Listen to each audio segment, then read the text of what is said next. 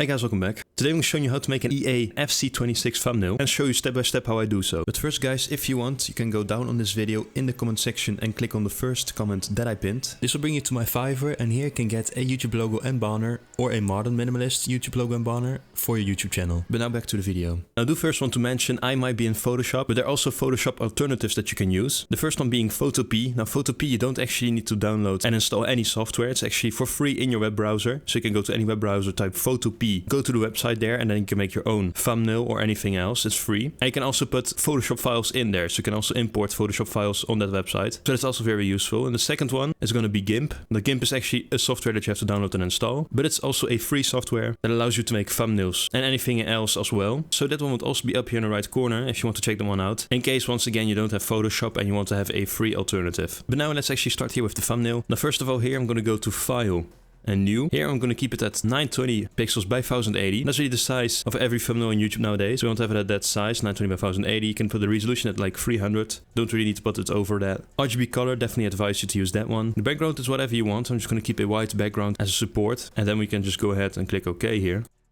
So I'm going to zoom out one time.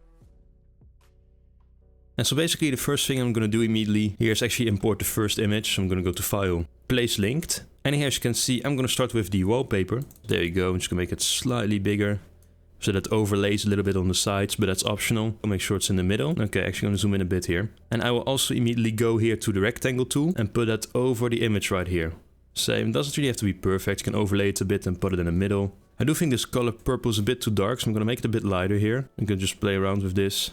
I think I'm going to keep it around here, just to make it a bit lighter basically. But anyway, what you do then, do normal here and you can click on multiply and overlay it basically. Now if you look here, the image is too dark. So we can do then is actually I go to the wallpaper layer here. And I'm actually first going to add an exposure. So I'm going to go to adjustments and go to exposure here. Start making it a bit brighter here as you can see. Not too much though. There we go. But I'm also importantly, if I go back to adjustments here, rather going to add also a brightness and contrast. So I'm going to add that one as well. Let me see here. I'm also going to put this up quite a bit because once again, the background doesn't have to be too dark. Now we might be able to put this up a bit, but you have to keep in mind also the edges that it's not becoming too bright. So we can do that is actually also put the contrast up a bit actually. Okay, there we go. As you can see, we already have the background. If I look from afar here, which I can also advise you to do from time to time, you can see it's already a bit brighter. Now it is the background image, so it's not going to be the most important part, but it's nice that it's a bit clear, you know, it jumps out a bit.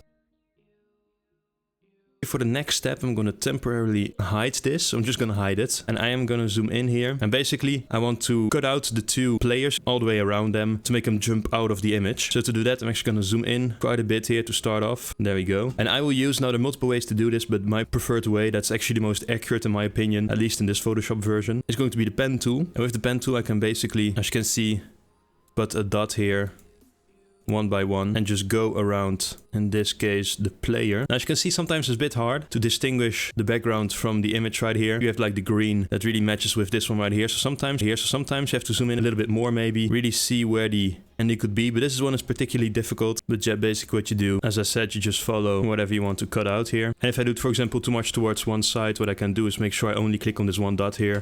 Do backspace, re-click on the last dot, and then I can just continue again here the way I wanted it to. I'm actually going to continue doing this for a little bit and I'll come back to you guys because this is actually pretty long.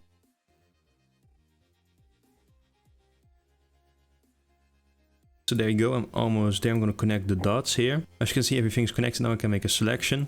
As you can see right here, it became a selection, whole player. And so what I'm going to do then is if I go, for example, to the selection tool here, make sure the wallpaper and do Resize layer, right click here and do layer via cut. And now as you can see, it will become its own layer. As you can see the cutout player. Now, of course, it's not perfect. Might be some little slight parts here, but that doesn't really matter in this case. And so I'm going to do the same for him. Start at the shoes, say, make sure the layer is selected. So in this case, the background, and just like this, go around again. You can also in doubt sometimes zoom out. So you can see a bit clearer what you're working with here. So zoom in can help, but zoom out as well at times to see what you're doing. What you can also do in parts where you don't see it really well is actually put a brightness and contrast here. So I'm going to only use the brightness and, for example, make it brighter so that you can actually distinguish it from the background, or even darker like in this case. You can see it's easier for me to see the red and the white letters here. So keep that in mind, it can actually help if you're doing something like this from whatever background you're having in your image. And so once again, I'm going to connect the dots here, create a selection, and make sure once again wallpaper is selected. I'm going to zoom out again here. First, of course, make sure that the layer is rasterized, but that's already done in this case. Go back to any selection tool, doesn't really matter, and I right click on it. And layer via cut once again. As you can see, we have both layers here.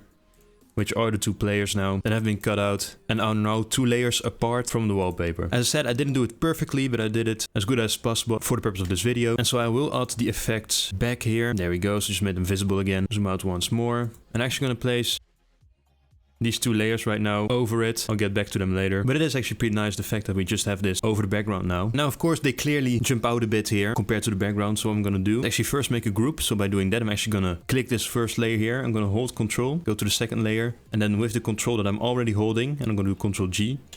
As you can see, it creates a group. Just for the sake of making this easier, I'm going to call this Players. Then above that, I'm going to go to Adjustments. Brightness and contrast. Now I will actually right click on this and do create clipping mask, so that will only affect the group that we just made, containing of course the 2 layers. So I'm actually gonna see, we have to make them a bit brighter, not too bright. Let's say 38 here, and also some contrast. Keep a bit of the shadows. Don't want to exaggerate that actually. Let's say 45. That's good for the moment. Now something else is very important. If I go back to adjustments, I will add a hue saturation. And so first of all, once again, I'm going to make sure that it's create clipping mask. I'm just going to drag this underneath and then above here, so that it also only affects, so the create clipping mask, the players group here. And so first what I'm going to do is click colorize. And as you can see, it makes them more of this light blue color. So if I do this, for example, I can change between different colors. We of course want to go with the theme. So we want it more dark blue, purplish, and that idea. So around here might actually be nice. Now saturation here is basically going to be how strong it is. So if I put this up, they're going to be very purple, even pinkish here. So you have to watch out how much you want this to do, because not enough, of course, as you can see. If you don't do it enough, you're going to see it's pretty much grayed out. 37 here. Create a new layer. So you go down here. As you can see, it says create a new layer. Then you want to make sure where you place the layer, because if it's going to be above, it means it has a priority. So always make sure that if you want it to have underneath something, you put it underneath, and above another layer, it will have a priority. So it will be, as I said, above the other one. So keep that in mind. That's important. And then something else what I think will be nice is if I go to this layer right here, take the brush. I'm going to make sure it's purple. I think this can be pretty much all the way up, a bit less maybe, but it can be quite dark here. And what we can do, so if you have this one right here, I'm going to zoom in. And so basically you just want to go around. Now don't worry, the color is going to be a bit darker, because that's right now is underneath the hue saturation. So that's why the color appears brighter. And really just make sure you follow the lines quite well. Really do it however you want, but you don't want to do it too much. And now if I put this layer above the hue saturation, we already have a nice glow going on, but we can actually make it better, of course, by clicking on the layer, normal, and do linear dodge odd. And as you can see, it gives an even better looking glow here that just goes around the player, making him jump out even more. So we are of course going to do the same for him. Once again, don't forget to make a new layer. Brush tool. So same here, you just want to go alongside the edges. And as you can see, there we go. You can place this above here as well. I'm going to zoom out, and basically as you can see, it looks really nice. They both have this glow going on now. So now I'm actually going to add the second image, which is going to be the logo. So I'm going to go to File, Place Linked again. I'm going to click this logo here. Now I actually don't want this EA Sports logo here. So what I'm going to do is go back to the pen tool right here. And I'm going to go just simply alongside. Make sure you don't touch the edges here, by the way, of the part I don't want. Very simple. Just make a selection. Make sure the logo in this case is selected. I'm going to do rasterize layer once again, and then I can simply just do backspace, and that part will be removed, and just deselect or Ctrl D, and there we go. I'll only have this part of the logo remaining. Now I actually want to make it white, because of course now it doesn't really look good, so I'm going to do color overlay. As you can see right here, I'm just going to do the widest white. Now actually once again going to separate these, because I want the FC on this side and then the 26 on this side. So then I have to just once again with the pen tool just put these two apart here, selection. In this case, I'm actually going to go to right here, the selection tool, and I'm going to do right click, layer via cut, and there you go. Then I have this part and this part right here aligned on each side. I'm actually going to hide them for the moment. I'm going to add some text, which is of course something else that is very important. And I will use the font right here. It's called Holage Commercial, the bold version. And I once again thought, why not put this into 2 parts? So I'm actually going to type FAM here. Now as you can see, it can be underlined. You're going to make sure it's not underlined, so I'm going to do caps lock. And as you can see, it will be futuristic looking, but not underlined. And actually gonna make this like, I think 45. Put this here, maybe it's something like this. Maybe even like 41, something like that. And give this a lightish blue color. So quite bright, so that you can actually see it. There we go, it's actually quite bright. But at least you can see it from the background. So I'm gonna click OK. And so I'm immediately gonna do the word nail here, of course from thumbnail. Same at a size of 41, let's keep it like that. Make sure they align just for the moment. Once again, I'll get to that later. Here I'll type tuto from tutorial. Actually going to keep this white, because as you can see, that does look pretty nice. I think I'll also make sure that these two are aligned here. Something like this. Once again, I'll get back to this later, of course. This is just for the moment to place it. And then of course, real from tutorial. I'm gonna put this pretty much in the middle of the word nil. Maybe something like this. Don't have to be too precise about it. Also make sure the same distance, the same line here. Gonna bring this a little bit closer above. And I'll make 2 groups. So the first group being with the FC here. So I'm gonna do this one together with the word fun and tuto from tutorial. I'm just gonna do Ctrl G. So once again, hold Ctrl and do G. Let's call it text 1. And then you might have guessed it. I'm gonna take the second one together with do Ctrl G as well. Text 2 right here. Now we do want the players to be above the text. So I will put these 2 texts right underneath here. So that these players can actually overlay the text here. Now the text still misses something. So if I go to the first one here, I'm gonna go to the word fun. And I actually start with a drop shadow. Now as you can see a drop shadow, if I bring this up a bit around the word, you can see it makes a nice shadow around it basically. Now if you bring up the spread, it will become thicker and thicker as you can see. And if you do 100, it's just gonna be contour basically. But what we want, of course, is not too much spread. Not go too crazy here. I might do actually bring it up just a bit. So that's actually a bit more visible from far away. And the size, of course, a bit bigger.